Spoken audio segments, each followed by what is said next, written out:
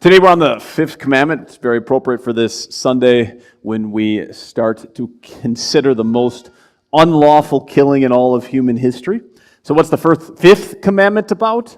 Murder and life. And what does it say? You can read it there. Let's read it together. You shall not murder. What does this mean? We should fear and love God, that we do not hurt or harm our neighbor in his body, but help and befriend him in every bodily need. Now that's the fifth commandment in our tradition. Again, if you grew up in a different tradition, you might call you shall not murder the sixth commandment.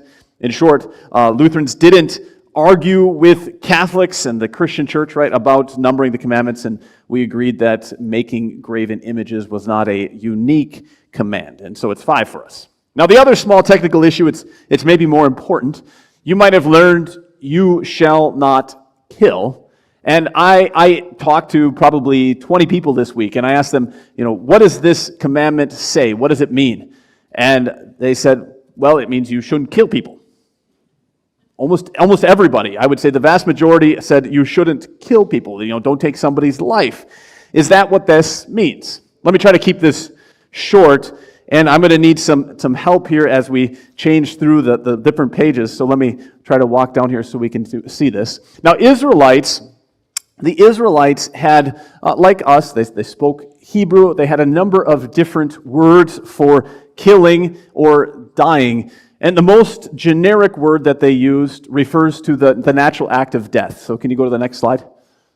There we go. The natural act of death. Now, you might say, so then they would say things like, Abraham died, Noah died, David died, and eventually Jesus died. Okay? That's normal. That's the idea of dying. It's nothing special, passive. It happens to you.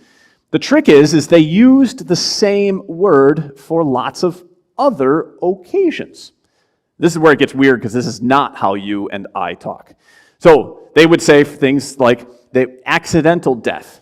The Hebrew people said, if a person hits somebody and dies them, then they should die. Okay? Now, you might not disagree with the logic, but that's how they said it. If you die somebody accidentally, then they should die. Oh, that's interesting. Now, obviously, we would change that and say if you accidentally kill somebody, then you maybe should die. I don't think we would even agree with that. I'm not sure we would agree that vehicular manslaughter is worthy of death, but that's how the Hebrew people would say it. They said that if you cause somebody to die, then even accidentally, you should be died. We use other words, manslaughter, homicide. Another word that they use, so you can go to the next slide there, would be capital punishment. For the act of capital punishment, if the government had to put somebody to death, they would say, well, the government died somebody. Interesting, huh?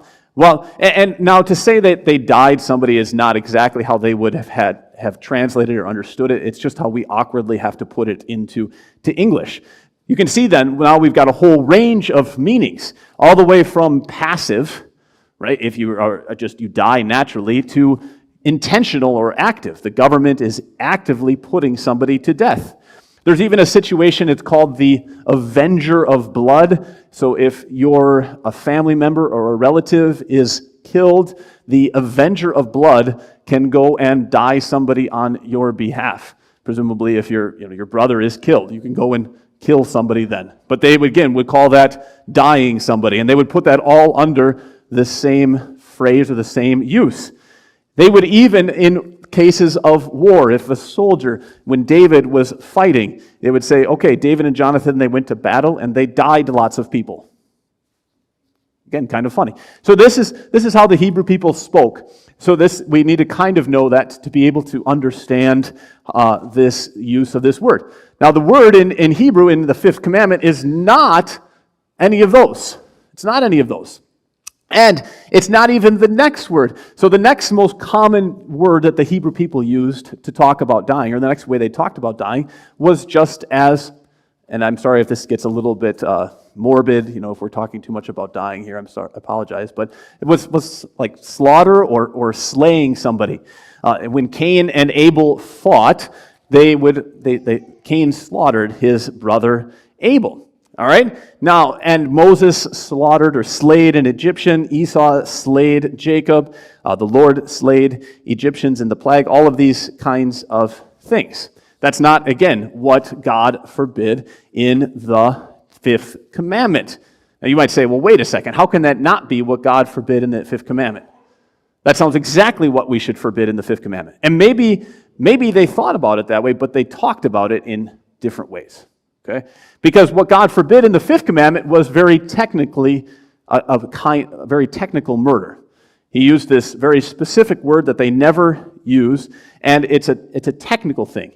So if you unintentionally or you intentionally kill somebody outside of these situations, war, capital punishment, some accidental homicides, then that is murder, as the Hebrews would have said it. So you can go to the next slide. There we go, to murder, right? And that was the very specific use that they had in mind here.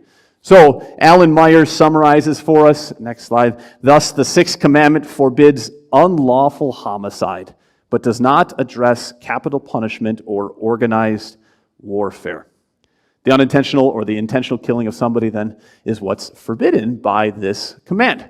Now this is why the Ten Commandments, they don't, even though they're good as moral guides, they don't work great for civil laws anymore for us, right? For government laws. Because although they have the general idea, they're nowhere near technical enough for us. I think we would all say what Cain did to Abel should be considered murder and should be forbidden. But it was in a story, and that's not the way they talked about it. And even more, as you reflect on the fifth commandment, if there's one command everybody thinks that we can keep, it's this one, isn't it? I mean, who walks around and says, yes, I've committed murder? And yet, when you read through the story of the Bible, the whole point of the Old Testament is to say humans at their very base are the most violent people you could probably ever imagine. We're so destructive. Have you ever read through all of the stories of the Bible and seen how much violence there is involved there? The very first story after the fall into sin, Cain kills Abel. Jacob and Esau get into a fight, and Esau wants to kill Cain. Dinah and the Shechemites and Dinah's brothers kill hundreds of Shechemites. There's the plague of death. There's the invasion of Canaan. There's the prophets of Baal that are killed when Elijah and the prophets of Baal have a showdown. There's all the way leading up to the innocent children in Bethlehem. Story after story in the Bible says, even if murder was forbidden, look at how much they did. And you and I don't know, I'm not saying that we're any better, are we?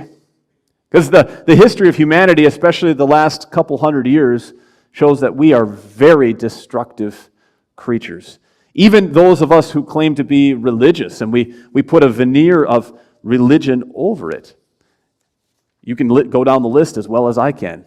The Crusades, the Spanish Inquisition, the Salem witch trials, European imperialism and colonialism, Nazi Germany and the Holocaust, and slave owners who used the Bible to justify their treatment of slaves, the constant wars that we've had in the last 30 years. How many of those haven't been justified by religious ideology?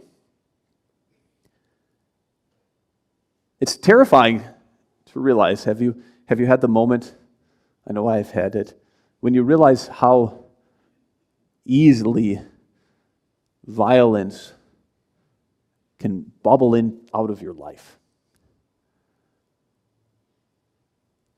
Somebody insults you and you just fly off in a rage. If you didn't live in a civilized society where you're already provided food and shelter and clothing and everything else in life, have you thought about what you would do in that moment? You watch people at the very worst times of their lives, the natural disasters, when the crises hit. We just saw one in the pandemic. It's shocking, isn't it? It's terrifying how quickly you and I devolve into violent actions. There is a violence that sadly lives inside each and every one of us. If that murder wasn't forbidden, you wonder how we would actually behave. It's rather stunning then, actually, isn't it, when you realize how differently you and I act than the ancient world. Right? Rather than us looking at them and thinking, how could they be so base? Maybe we ought to look at them and think, how is it that we got to where we are? Because we do live very differently than they did, don't we? Even if we have had terrible atrocities in the last couple hundred years, lots of horrible killings, not just the Nazi Holocaust, but the Chinese Great Leap Forward and the Russian gulags, you name it. We've gotten much less violent in many ways. Now, most of that we can attribute to improving of life. But not all of it. Have you ever thought about how much better life is than the way the ancients would have lived? And you know what the difference is? Go to the next slide here for us. Look at the comparison. Look at the difference between the ethic of the Old Testament and Jesus in the New Testament. In the Old Testament, Moses forbade non-authorized or non-authority killing. You couldn't do it if you weren't the authority. But that meant that vengeance and war and capital punishment were always okay in every situation. And some of those times of war and capital punishment were far outside what we would consider legal or okay. But then Jesus came along, and look how much he changed the ethic. He didn't just say, don't murder, which is plainly in the new ethic or the new Christian life. But he also said the basis of how Christians should behave is that we would commit ourselves to reconciliation. Right? If you know that your brother has something against you, you don't just not murder that person. You actually go and you fix that relationship with them. You don't live eye for eye, but you give instead to the person who asks for you. We don't just hate, but we actually have to respond and do love, as John laid out for us today. In fact, John went so far as to say, you can't call yourself a Christian, you can't call yourself a modern follower of Jesus if you won't lay down your life for somebody else, and if you don't have pity on those in need. Now you look at the radical difference between what Moses taught and what Jesus and the New Testament teachers taught. And isn't that crazy? I look at that and I think, man, how could the world change so much? And whether or not I live up to that is not the point. And I'm not telling you that you and I need to go down around and lay down our lives for every single person out there. I'm also not saying that we need to fix poverty. But when you look at how much the world has changed, and it's undeniable, you start to look at hospitals and realize that hospitals came about because of Christians, and you realize that food pantries and orphanages and schools and organizations for the disabled and the elderly have all come about in part because of Christian efforts. In fact, Nicholas Kristof, a little while back, he said, go to the front lines at home or abroad in the battles against hunger, malaria, prison rape, obstetric fistula, human trafficking, or genocide, and some of the bravest people you meet are evangelical Christians who truly live their faith. What's he saying? He's saying that the world has radically changed because Christians are living in a different way. And how did that happen? The answer is easy, isn't it? Go to the next one. Next slide. It's Palm Sunday. How did the world change so much? It's because somebody came along who said that your life was worth more than his. And his life was worth everything.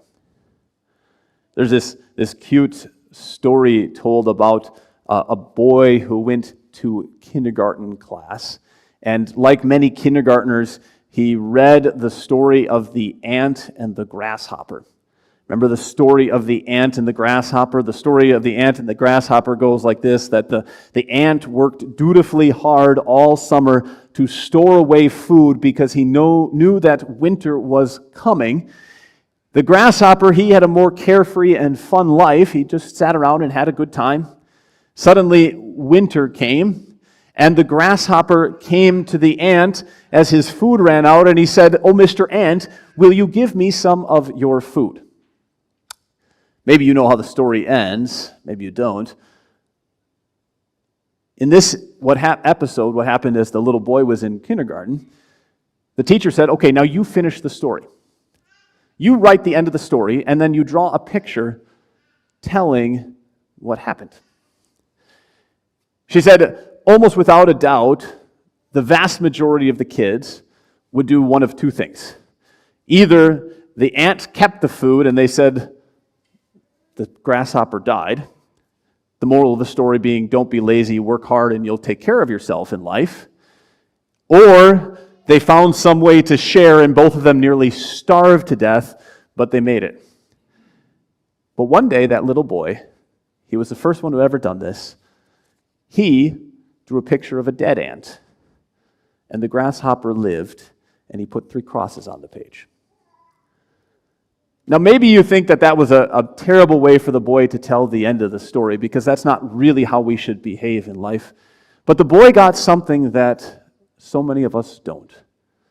Because of what happened on Palm Sunday and Good Friday, you have worth, and everybody else in the world has more value than we could ever imagine. Right? Jesus gave up his entire life to spend it for us. And he was committed that we would have a value not just in this life, but in the life to come. He reoriented the world around the value that we have as human beings. So much so that C.S. Lewis would one day write, you've never met a mere mortal. Everybody around you carries around this weight of glory. They're burdened with a weight of glory. And as lowly as you might think you are, when you look at everybody else, you can have to see in them that they have a weight of glory that far outshines your own value. Now again, I'm not telling you and I that we have to go and fix all of world hunger. What we do have to realize is that the world has been turned upside down because Jesus has said that every human being has a value far beyond what we can ever imagine. And we cannot say that we are upholding this command unless we are committed to protecting life as something sacred. Something sacred that has been gifted to us to be stewarded. It's an incredible value that we have, one that we can hardly imagine.